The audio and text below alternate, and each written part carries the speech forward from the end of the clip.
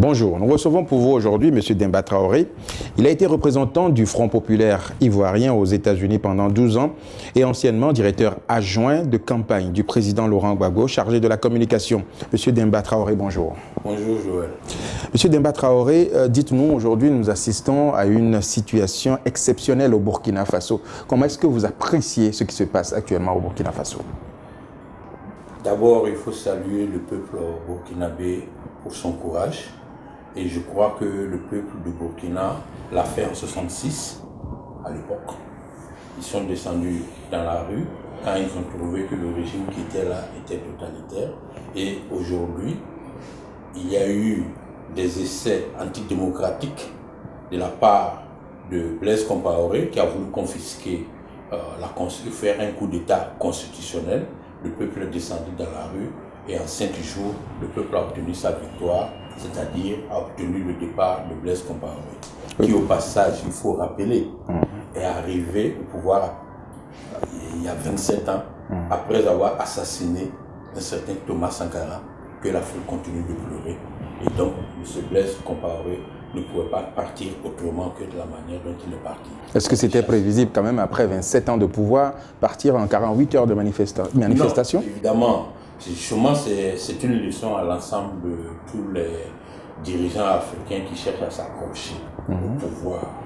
Parce que M. Compaoré, après 27 ans, pensait qu'il est le pouvoir. C'est même pas qu'il a le pouvoir. Il a pensé que le pouvoir, c'est lui. Et ils finissent par s'oublier. Sinon, quand on a 1 million de manifestants en face, il avait encore des chances de retirer son projet de loi. Mais il a plutôt défié son peuple. Et le peuple lui a donné la réplique qu'il méritait. Intéressons-nous à présent à la Côte d'Ivoire, votre pays d'origine. Actuellement, nous assistons au procès des pro-Gbagbo, au procès des personnalités du Front populaire ivoirien, dont vous êtes d'ailleurs membre, et également le procès du président Laurent Gbagbo et de Charles Blé Goudé actuellement à la Cour pénale internationale. Est-ce que vous pensez que cette situation de procès un peu partout peut faciliter, peut nous permettre d'espérer une paix en Côte d'Ivoire? Avant de répondre à cette question, pour faire une transition selon votre métier, Blaise, qui a déstabilisé la Côte d'Ivoire tout le temps, ironie du sort, se retrouve en Côte d'Ivoire. Et nous autres Ivoiriens, on est quelquefois, ça nous amuse, nous disons, le chef bandit se retrouve sur le lieu du crime. Pour nous, il y a 4 chefs bandits, ceux qui ont déstabilisé la Côte d'Ivoire. Il y a Blaise, il y a Ouattara, il y a Soro Guillaume, et il y a Bédié. Aujourd'hui, Blaise est chassé du pouvoir et ne retrouve refuge nulle part pour l'instant qu'en Côte d'Ivoire, à Yamoussoukro. Et évidemment, cela ne peut pas être utilisé, ne peut pas être un exemple pour la réconciliation en Côte d'Ivoire. Parce que des gens ont été victimes de Blaise. Il ne faut pas oublier que c'est en 2003, Blaise qui a été le premier à dire que Laurent Gbagbo se retrouvera à la CPI, quand il partait à Marcoussis. Donc, Laurent Gbagbo ne peut pas être à la CPI. Et pour beaucoup de pro-Gbagbo, c'est le brave du film, parce qu'à l'époque, Laurent Gbagbo a dit que c'est un film, et nous arrivons vers la fin du film. Donc, et comme un film western ne finit pas avec le brave en prison, donc, pour beaucoup de pro-Gbagbo, c'est le retour sur la scène du crime des chefs bandits que j'ai signalé, c'était plus tôt. Oui. Et ceux-là ne peuvent pas être là, en Côte d'Ivoire, à Yamoussoukro, avec 800 pro-Gbagbo en prison depuis plus de 3 ans sans jugement, les leaders comme Simone déporté à Odiéné sans jugement, toute la direction du Front populaire ivoirien ou les ex-membres du gouvernement que nous appelons gouvernement Akimbo, avec une épée Damoclès sur leur tête, où on dit, bon, le jour où Ouattara est content, vous êtes libre. Le jour n'est pas content parce que les gens décident de ne pas participer à la CEI. On dit, n'oubliez pas que vous êtes simplement... Oui, mais M. Traoré, à qui imputer alors la responsabilité de tout ce qui s'était passé en 2011? Ceux qui ont commencé la rébellion en Côte d'Ivoire en 2002, qui ont mis des Ivoiriens et qui ont égorgé 50 gendarmes à Bouaké, qui ont mis des Ivoiriens dans des conteneurs à Kourongo, Ceux-là sont là, impunis en Côte d'Ivoire. C'est pas un Blé Goudé, qui les mène nus, qui a réussi, place de la République, 1 million de personnes pour dire non à la rébellion. Ce n'est pas à Blé Goudé de se retrouver à la CPI. Oui, mais pourquoi vous ne portez pas plainte? Vous avez la possibilité également de saisir la Cour pénale internationale. Pourquoi vous ne le faites pas? La Cour pénale internationale a été saisie, pour votre information. Des preuves ont été fournies. Et quelle est la réaction de la Cour pénale internationale, Madame Bensouda, malheureusement, décide de une position partisane. Et je vous fais une confidence de certains travailleurs de la CPI qui disent que les gens se plaignent, que eux, ils ne jugent pas les deux parties. Mais qu'au Kenya, ils ont poursuivi les deux parties. Les deux parties se sont remises ensemble et la CPI se retrouve dans la situation dans laquelle elle est face au Kenya et qu'elle ne fera pas la même erreur en Côte d'Ivoire. Donc, du coup, pour une question de stratégie, on s'amuse avec le droit, on s'amuse avec la vie des individus. Ce n'est pas quelqu'un qui a porté plainte à la CPI pour que la CPI se saisisse dans le cas de Laurent Gbagbo de la Côte d'Ivoire. La CPI s'est auto-saisie dans l'affaire. Oui, mais vous pouvez saisir. Vous avez saisi. De façon rétroactive, on dit Ouattara, qui était au Golfe, qui n'avait pas prêté serment en tant que président de la République de Côte d'Ivoire, suite à des élections contestées, c'est lui qu'on écoute, et puis on dit, bon, on a été saisi par les autorités ivoiriennes. Parce que déjà, on a pris parti. Je vous l'ai dit tantôt, pour le comptage de voix, je garde les billes électorales de Laurent Gbagbo. Je suis en mesure de regarder votre caméra et vous regarder en face et vous dire que Ouattara n'a pas gagné ces élections. Et que, pour confirmer cela, le président Laurent Gbagbo a demandé un recomptage qu'on a vu aux États-Unis, j'y étais quand ça se faisait, qu'on a fait en Haïti, qu'on vient de faire dans pas mal de pays, et qu'on a refusé, mais on a préféré réunir toutes les forces internationales, bombarder un président réélu et légitime en fonction dans son pays. Oui, mais pourquoi en son temps quelqu'un d'autre? Oui, mais pourquoi en son temps Laurent Gbagbo n'avait pas estimé nécessaire de laisser tranquillement le pouvoir et de revenir par un autre moyen? Non, il y a eu des cas. Parce qu'il fallait éviter quand même un bras de fer. Pour le dire, l'ONU appelle ça le schéma Kérékou. Est-ce que vous comprenez? Parce qu'on estime, vous partez et puis vous revenez. Vous revenez après. Mais si vous avez perdu le pouvoir, effectivement, vous partez.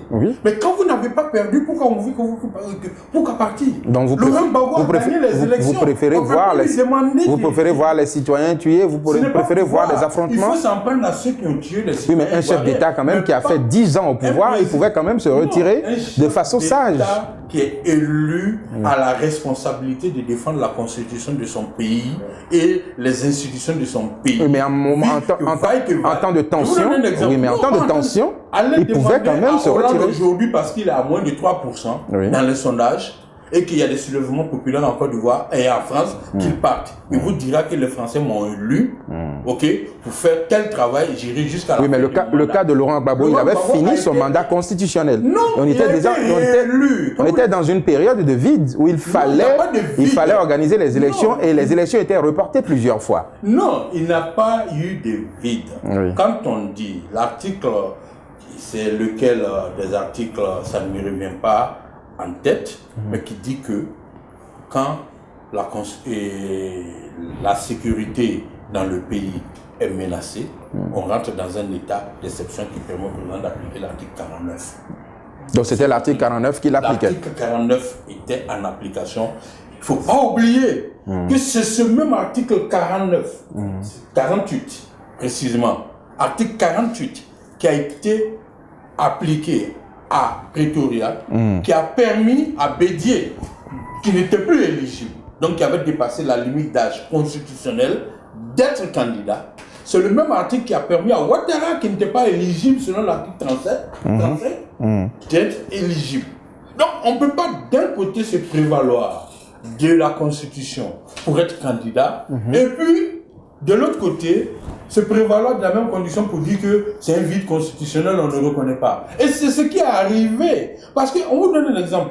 Ouattara ne respecte pas la loi de son pays, et je vous donne 2 exemples. Très rapidement. Alors. Très rapidement. La constitution ivoirienne ne lui permettait pas de changer le président du Conseil constitutionnel. Ce qu'il a fait. Parce que c'était un mandat de 6 ans irrévocable. Mais quand il est venu, il a changé, Yaoundé. On peut reprocher à Yaoundé ce qu'on veut, mais Ouattara a violé la Constitution. C'est déjà une parjure. Mais vous êtes là, mais pourquoi vous n'avez pas saisi? C'est un parjure, mais parce qu'il était soutenu par le président de la communauté européenne, un certain Sarkozy, dont je salue la chute. Et vous voyez que ce n'est pas aussi facile de renoncer au pouvoir. Sarkozy se débat pour revenir au pouvoir. Wade, qui était un des grands soutiens de Ouattara, vous avez vu, il n'a pas voulu partir. Il avait déjà eu des mandats. Donc c'est trop facile de dire à Laurent Gbagbo, il faut abandonner le pouvoir. Mais eux là, à l'épreuve, ce qu'on voit. Vous comprenez? Et donc, c'est un peu... Je vous l'ai déjà dit, le cas des comparants, on ne reviendra pas là-dessus, qui ne veut pas partir. Mais c'est ceux-là qui soutenaient. Oui. Donc c'est trop facile de dire à Laurent Gbagbo, démocratiquement réélu par son peuple, qui n'a même pas dit que si ce mandat-là finissait, il allait se présenter. Monsieur Traoré. C'est trop facile de lui reprocher. Tout à fait, je vous comprends. Il ne va pas abandonner le pouvoir. Oui, nous allons évoluer donc dans ce débat. Aujourd'hui, nous sommes devant donc l'existant. On sait que Laurent Gbagbo est à la CPI. On sait que c'est le président Ouattara qui gère le pays. Alors, selon vous, quelles sont les portes de sortie pour une réelle réconciliation en Côte d'Ivoire?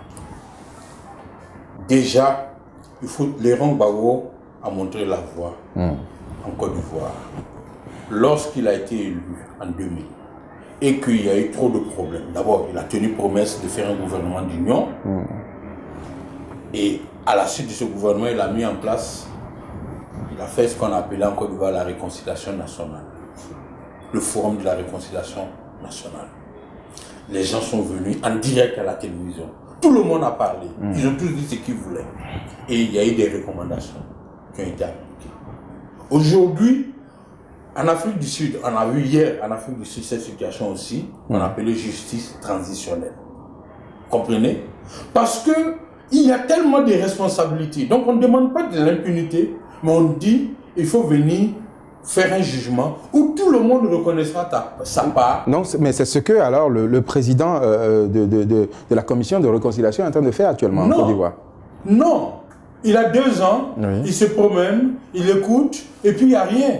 Mais parce qu'on ne peut pas parler de réconciliation. Il n'a pas fini son travail, Konan Badi. Bon, il ne finira jamais, ça fait 4 ans. Vous pensez? Mais pendant ce temps, pendant que la situation perdure, n'oubliez pas qu'il y a des veuves et des orphelins, et surtout des orphelins qui ne vont plus à l'école parce que leurs biens de leurs parents ont été saisis. Est-ce que vous comprenez? Des enfants dont les parents vivent abusivement, les biens saisis sans aucune forme de justice. Quelquefois même contre les lois qui demandent de ne pas saisir entièrement leurs revenus. C'est lui qui a mis en place les instances de réconciliation en Côte d'Ivoire. C'est pour ça justement que ces instances-là, et c'est lui qui les finance. Donc naturellement, en tant que chef d'État. Oui, mais il aurait fallu déjà, s'il voulait la réconciliation, que ce comité-là soit de façon consensuelle.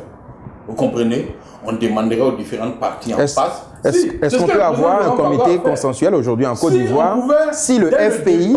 C'est parce qu'il était dans l'arrogance, il a pensé que le FPI était fini, le FPI ne comptait plus, donc il a désigné les 11 membres. Monsieur Traoré, c'est vous qui le dites, mais est-ce qu'on peut avoir une réconciliation quand le FPI pose tout le temps des conditions? Aujourd'hui, on parle d'élections, le FPI dit il faut libérer d'abord Gbagbo, il faut libérer Simone Gbagbo. Je ne même Qu'est-ce que vous voulez avoir ça, mais dites-moi, dans quel pays au monde, dans quel pays au monde on peut aller à des élections lorsque le principal parti aujourd'hui d'opposition, 95% de ses dirigeants ont leur avoir gelé, n'ont pas de maison pour habiter, tant au village qu'Abidjan, et qu'on ne fait pas d'efforts, les enfants ne vont pas à l'école, des gens mangent à peine un repas tous les 2 jours. Vous demandez à ces gens d'aller à des élections, c'est pas du cynisme ça.